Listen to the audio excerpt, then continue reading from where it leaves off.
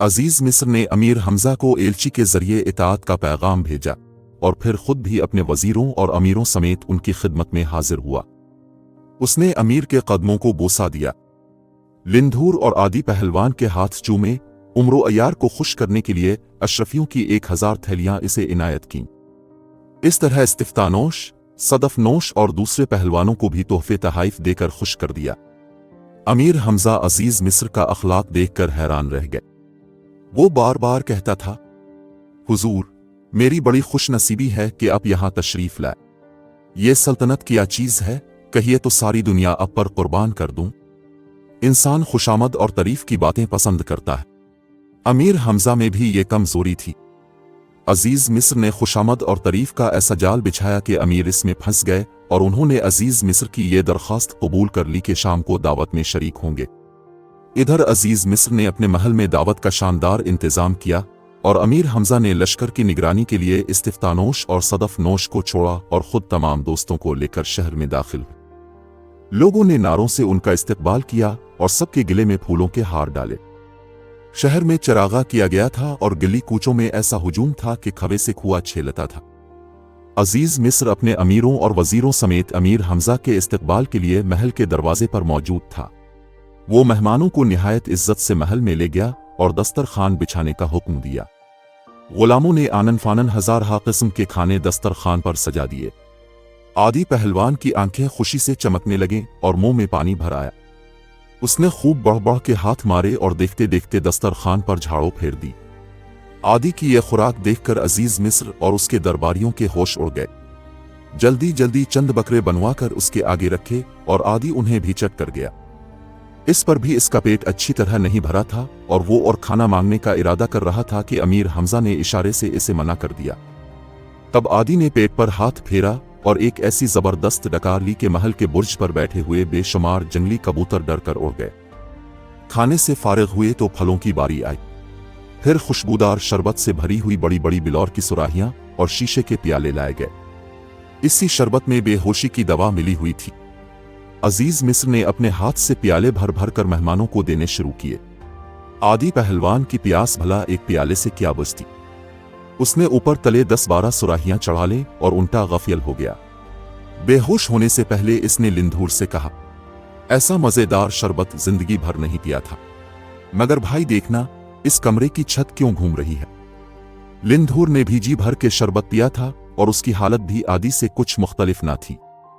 उसने गर्दन ऊंची करके छत को देखा और दोनों हाथ यूं ऊपर उठा दिए जैसे घूमती हुई छत को रोकने की कोशिश कर रहा हो। फिर वो बेहोश हो गया। आदि भी एक तरफ औंधे मुंह पड़ा था। उस वक्त अमीर हमजा और उमरो अयार कुछ कुछ होश में थे, मगर उनके हाथ पीर सुन हो गए थे। थोड़ी देर में सुल्तान बख्त मगरिबी, शापाल हिंदी के बेटे और आदि के तमाम भाई भी लंबे लंबे लेट गए।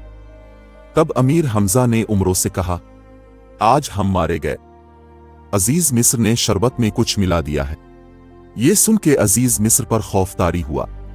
वो उठकर भागा तो उमरों ने इसे पकड़ना चाहा, मगर फौरन ही गश खाकर गिर पड़ा। हमजा अपनी जगह बेहरकत बैठे थे और हैरत से हर तरफ देखते थे। अजीज मिस्र के तबीबों और हकीमों ने कहा, अजीब बात है कि हमजा बेहोश नहीं हुआ। इसके जिस्म को हिलाया जाए तब बेहोश होगा। चंद गुलाम आगे बढ़े। अमीर हमजा ने अपना खंजर निकालकर चाहा कि उनको मारी के एकदम फर्श पर ढेर हो गए। इसी वक्त गुलामों और सिपाहियों ने उनकी और उनके तमाम साथियों की मशकें किस लें और रातों रात एक जहाज में सवार करा के हलब शहर के कैद खाने में पहुंचा दिया। इस काम से फारिग होकर अजीज मिस्र ने नौशेरवा के नाम एक खत लिखा जिसका मजमून ये था, मैंने अमीर हमजा और उसके तमाम साथियों को गिरफ्तार करके हलब के कैद खाने में बंद कर दिया है। अब फरमाइए आइंदा के लिए क्या हुक्म है। मैंने इन सब को शरबत में दवाई बेहोशी मिला कर दी थी और वो 3 दिन तक बेहोश पड़े रहेंगे। आपका ताबेदार अजीज मिस्र। एक तेज रफ्तार कासिद ये खत लेकर मदियन पहुंचा और आधी रात के वक्त नौशेरवा के महल में दाखिल हुआ। बादशाह इस वक्त सो रहा था। कनीजों ने इसको बेदार किया और अजीज मिस्र का खत दिया। नौशेरवा ने खत पढ़ा और हुक्म दिया कि बख्तक और बुजुर्ग महर वजीर आजम को हाजिर किया जाए। थोड़ी देर के अंदर अंदर वो दोनों नौशेरवा के पास आ गए। बादशाह ने इनको ये खत दिखाया और मशवरा तलब किया। बख्तक दिल में बेहद खुश था। कहने लगा, हुजूर, आप अजीज मिस्र को हुक्म दीजिए कि हमजा और उसके साथियों के सरकार कर मदयन रवाना कर दे। आपकी क्या राय है? बादशाह ने बुज़रुजमहर से पूछा। बुज़रुजमहर के होंठों पर एक पुरस्रार मुस्कुराहट नमूदार हुई। उसने हाथ बांध कर अर्ज किया, जहां पना का इकबाल बुलंद हो। मैंने हमजा के बारे में नजूम से हिसाब लगाया है। इसकी उम्र 195 बरस है, इसलिए कोई शख्स उसको मार नहीं सकता। मुमकिन है आपका खत पहुंचने से पहले ही वो आजाद हो जाए। अगर यह खत उसने देख लिया तो वो आपका दुश्मन हो जाएगा। बुज़रुजमहर की ये बातें सुनकर बादशाह दिल में बेहद डरा। आखिर उसने बख्तक और बुज़रुजमहर दोनों को रुखसत किया और बाद में एक कासिद के जरिए अजीज मिस्र को यह पैगाम भिजवाया कि हमजा और उसके दोस्तों को हिफाजत से अपने पास रखो। खबरदार, उन्हें जरा भी रंज या तकलीफ ना पहुंचने पाए। मैं चंद रोज तक खुद मिस्र आता हूं और हमजा को अपनी मौजूदगी में जो सजा देना चाहूंगा दूंगा। अजीज मिस्र को यह खत मिला तो उसने हलब के हाकिम को हुक्म दिया कि अमीर हमजा और उसके साथियों को आराम से रखा जाए, उन्हें किसी किस्म की तकलीफ ना पहुंचे। मुकबिल वफादार उन्हीं दिनों मदियन से वापस मिस्र की जानिब आ रहा था। रास्ते में इसे खबर मिली कि अजीज मिस्र ने अमीर हमजा और लिंधूर वगैरह को शरबत में दवाई बेहोशी पिलाकर हलब के कैद खाने में बंद कर दिया है। वो दिन रात मंजिलें मारता हुआ मिस्र की सरहद के करीब पहुंचा तो पता चला कि लश्कर की निगरानी इस्तिफ्तानोश और सदफनोश कर रहे हैं। ये दोनों भाई अमीर हमजा के साथ दावत में नहीं गए थे, इसलिए कैद से बच गए और अब दुश्मन की फौज से खून रेज जंग कर रहे हैं। मुकबिल वफादार ने इन दोनों भाइयों से कहा कि अब दुश्मन को लड़ाई में मसरूफ रखें और मैं किसी तदबीर से हलब पहुंचकर अमीर हमजा को कैद खाने से निकालता हूं। उसने सौदागर का भेस बदला और बहुत सा सामान ऊंटों पर लाद कर गुलामों की एक जमात के साथ हलब की जानिब रवाना हुआ। हलब शहर का हाकिम अजीज मिस्र का दामाद था। अगरचे बादशाह ने इसे हुक्म दिया था कि अमीर हमजा और उनके साथियों को कोई तकलीफ ना दी जाए, मगर इस शख्स को कैदियों पर जुल्म तोड़ने में मजा आता था। आदि पहलवान खाए बगैर कैसे जिंदा रहता। हाकिम ने जानबूझकर उसकी खुराक में कमी कर दी। आखिर एक दिन आदि ने कहा, कहीं ऐसा ना हो कि मैं तुझे कच्चा चबा जाऊं, इसलिए मुझे तंग ना कर और रोजाना 10 बकरों की यखनी, 1 दुम्बे का कोरमा और मन भर रोटियां सुबह नाश्ते के लिए भिजवा दिया कर। आदि की ये बात सुनकर हाकिम ने हुक्म जारी किया कि इस पहलवान को 2 रोज तक भूखा रखा जाए ताकि उसे इस गुस्ताखी की सजा मिले। इस हाकिम की बीवी का नाम जोहरा था और वो अजीज मिस्र की बेटी थी। उन्हीं दिनों जोहरा ने ख्वाब में देखा कि आसमान में एक आलीशान दरवाजा खुला है और इस दरवाजे में से एक तख्त नमूदार होकर आहिस्ता आहिस्ता जमीन पर उतरा है। तख्त पर एक नूरानी शक्ल के बुजुर्ग बैठे हैं। जोहरा ने उनसे पूछा, ए बुजुर्ग, आप कौन हैं? उन्होंने जवाब दिया, मेरा नाम इब्राहिम है, मैं खुदा का पैगंबर हूं। इस शहर के फुला बाजार में एक शख्स ने सौदागर बनकर दुकान खोली है। उसका नाम मुकबिल वफादार है और वो अमीर हमजा का जानिसार दोस्त है। तुम जाओ और इससे मिलकर हमजा को कैद से निकालने की तदबीर करो। इतना कहकर वो बुजुर्ग दोबारा आसमान की जानिब चले गए और उनका तख्त नजर से ओझल हो गया। जोहरा की आंख खिली तो उसे ये ख्वाब अच्छी तरह याद था। सुबह होते ही वो उठी और भेस बदलकर इसी बाजार में गई जिसका नाम हजरत इब्राहिम ने ख्वाब में बताया था।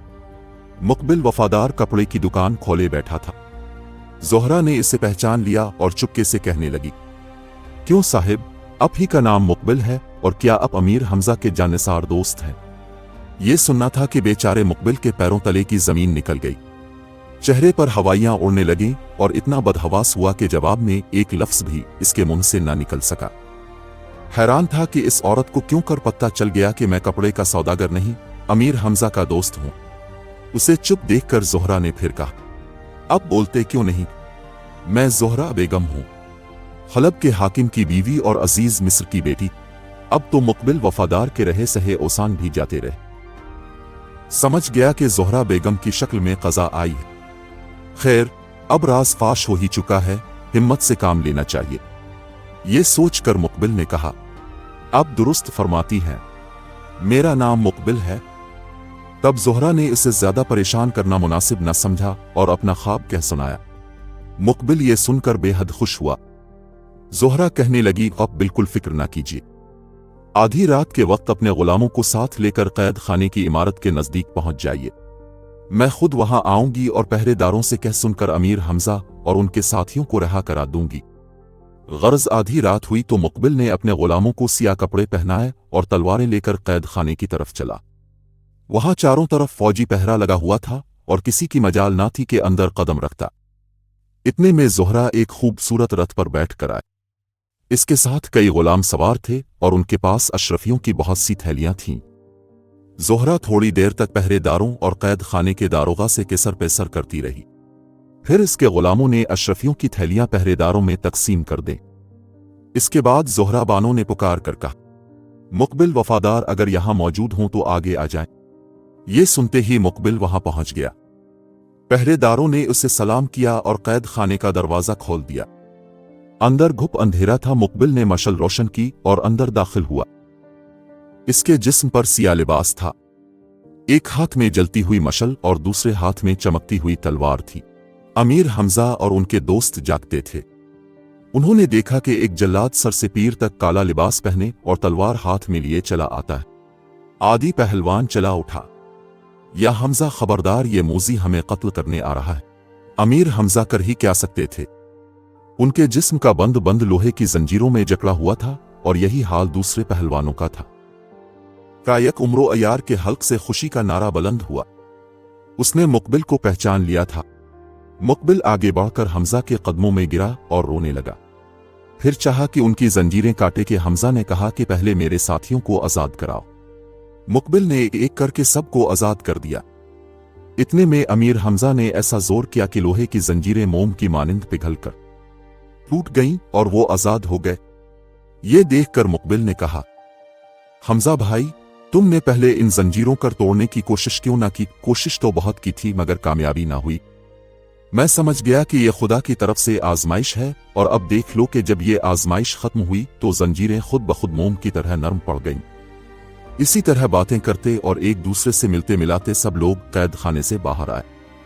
मुकबिल ने ज़ोहरा बेगम से हमजा को मिलवाया और बताया कि इसी नेक औरत की वजह से मुझे यहां आने का मौका मिला। मजीद जानने के लिए देखिए शो पे लाइक करें, सब्सक्राइब करें और घंटी का आइकन दबाना ना भूलें ताकि हमारा ये ताल्लुक जड़ा रहे और आप लुत्फ अंदोज होते रहें।